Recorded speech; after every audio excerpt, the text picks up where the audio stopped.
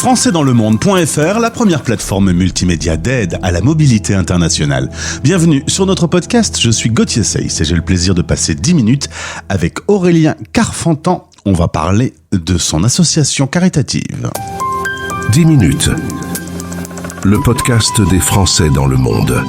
Françaisdanslemonde.fr. Et c'est un fil rouge qui nous attend sur la radio des Français dans le monde, puisqu'Aurélien, j'ai déjà échangé avec lui en octobre 2022 pour parler d'un projet au Togo. Le projet a avancé, on va faire un petit point d'étape entre nous aujourd'hui. Bonjour Aurélien. Bonjour Gauthier. Alors d'abord un petit mot, puisque au moment où on se parle, tu es à Mayotte. On rappelle que tu es infirmier et que tu vis des heures difficiles. On en a beaucoup parlé en France ces dernières semaines. À Mayotte, dans les hôpitaux, il y a du boulot. C'est ça. Comme tu l'as dit, je suis infirmier et je me suis engagé à travailler pour un an du coup à Mayotte, au centre hospitalier de Mayotte. Donc en effet, il y a pas mal de travail, un peu comme partout d'ailleurs dans ce métier, mais c'est vrai que les conditions sont différentes. Après, je travaille dans une spécialité qui est un peu plus aussi compliquée. Je travaille en réanimation, donc forcément on voit des choses un peu plus compliquées.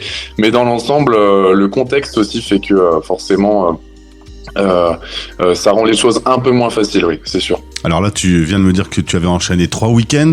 Vous avez à l'hôpital des enfants qui arrivent, enfin des situations qui sont clairement douloureuses, et la situation doit évoluer rapidement en fait.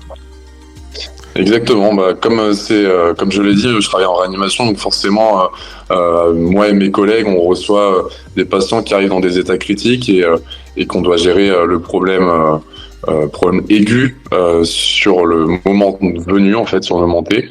Donc c'est vrai que c'est toute la particularité de ce type de service, avec forcément des choses qui sont assez dures, mais qui font partie du métier et qui rendent le métier encore plus beau. Donc c'est vrai que voilà, on voit les choses autrement après. La France, loin de la France, est-ce que les équipements aujourd'hui sont de qualité ? Est-ce que vous avez des moyens ? Est-ce qu'on met le paquet pour que vous puissiez travailler dans les meilleures conditions possibles ? Et oui, on a les moyens, du moins dans le service où je me trouve. On est quand même très bien équipé, avec forcément, sachant qu'il y a que un centre hospitalier à Mayotte. Il y a quelques centres médicaux sociaux, mais un grand centre hospitalier, donc on reçoit forcément les cas les plus graves, ou alors les gens qui ont besoin vraiment d'être hospitalisés. Donc c'est vrai que de ce côté-là, on a vraiment un équipement nécessaire, avec des médecins, une équipe médicale et paramédicale de qualité. Donc c'est vrai que voilà, on n'a pas trop à se plaindre, malgré que quand même il y a toujours des choses à dire, mais voilà, dans l'ensemble, c'est comme des choses positives, oui.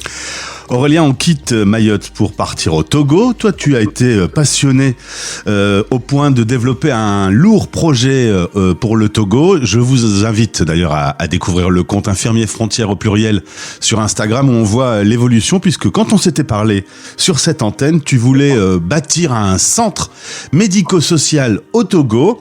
Petit chemin d'étape, ça a bien avancé. Exactement. Donc en fait, juste pour resituer, c'est un centre médico-social qui est situé dans la commune de Kloto, dans la ville de Palimé, qui se situe au nord-ouest du Togo. C'est frontalier en fait avec le Ghana. Et donc cet endroit se trouve à 120 km de la capitale, donc du grand hôpital de Lomé, qui est lui bien équipé. Et donc en effet, ce centre se situe au carrefour de différents villages qui sont pas forcément très bien desservis en termes de structure de santé. Et donc voilà, le centre a bien avancé de par des efforts qu'on a fait, de la communication, des dons aussi de certaines personnes.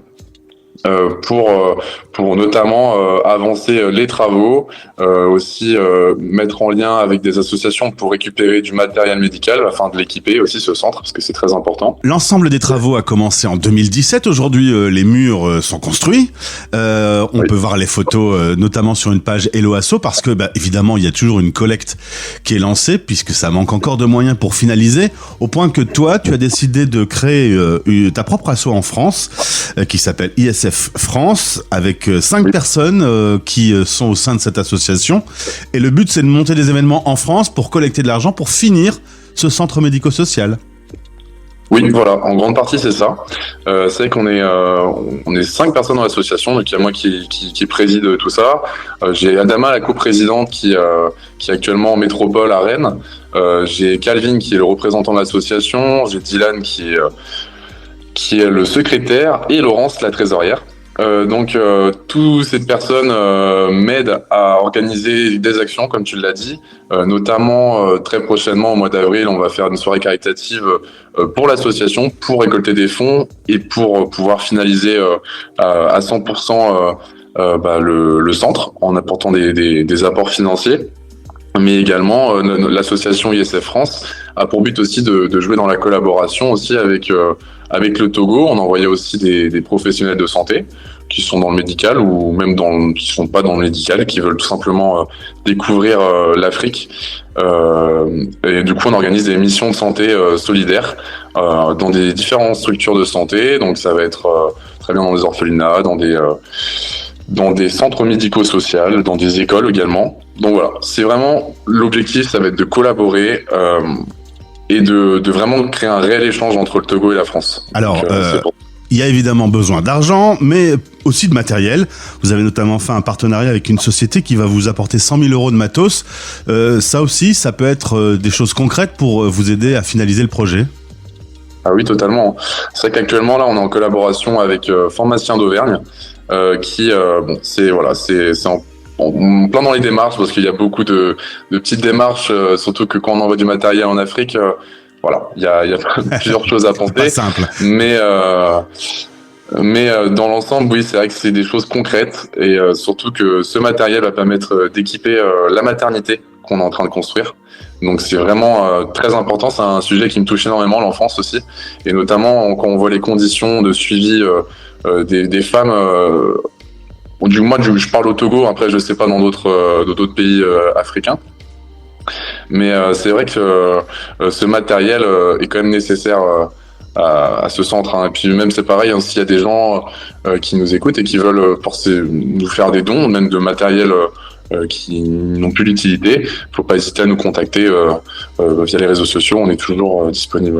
Aurélien, ma dernière question, pourquoi déjà t'as choisi de faire le métier assez difficile d'infirmier, mais en plus pourquoi tu t'es trouvé cette vocation d'aller construire un centre en Afrique, bien loin de chez toi? Enfin, tu sais bien que t'as le relevé un pari difficile, t'as pu identifier pourquoi t'as eu envie de faire ça? En fait, je pense que c'est un petit peu, au fond de moi, il y a certaines valeurs qui me plaisent beaucoup dans l'humanitaire. Et de manière générale, j'ai toujours aimé le continent africain. Je devais déjà partir quand j'étais en deuxième année infirmier pendant mes études au Sénégal, à Dakar. Et bien en fait tout ça a été freiné à cause du Covid. J'avais pas pu partir, donc j'avais toujours un petit goût amer dans la bouche et je me suis toujours dit que j'irais au bout au moins de mes rêves, comme dit la chanson. Et du coup, c'est pour ça que je me suis appuyé un petit peu sur le Togo. J'ai rencontré une personne incroyable qui est Kofi, qui est président de l'association ISF Togo, avec qui je collabore, qui est directement sur place, et qui m'a totalement convaincu. J'ai vu des personnes, j'ai rencontré des gens incroyables, et puis j'ai pu découvrir aussi ce qu'était réellement les soins de santé en Afrique, principalement au Togo. Et je sais que je changerai pas le monde, je sais que je sauverai pas tout le monde, mais si je peux aider certaines personnes avec grand cœur, je le ferai. Voilà. Eh bien, les auditeurs de Français dans le monde peuvent également aider ce projet pour que ce centre se finalise, qu'il s'équipe et qu'il puisse s'ouvrir. D'ailleurs, tu y retournes en janvier 2025 ce serait bien tout achever et qu'on fasse l'inauguration ensemble. Ah, totalement, et qu'on puisse couper un bandeau rouge pour ouvrir officiellement les portes du centre. Ce serait vraiment quelque chose de magnifique. Et puis on continue de croire en tout ça, et puis on lâche rien. Et puis en tout cas, faut pas hésiter à venir nous donner de la force, même sur les réseaux sociaux, ou à nous contacter si vous êtes intéressé aussi par tout simplement par le projet pour poser des questions. On est très ouverts, il n'y a pas de souci. Merci beaucoup Aurélien, c'est très clair. Le lien pour aider votre travail est dans ce podcast. Je te souhaite bon courage à Mayotte après un week-end chargé, un peu de repos aujourd'hui. Et donc on se retrouve pour couper ce fameux cordon d'inauguration en 2025. Belle journée à toi. Merci, à toi aussi Gauthier. Français dans le monde.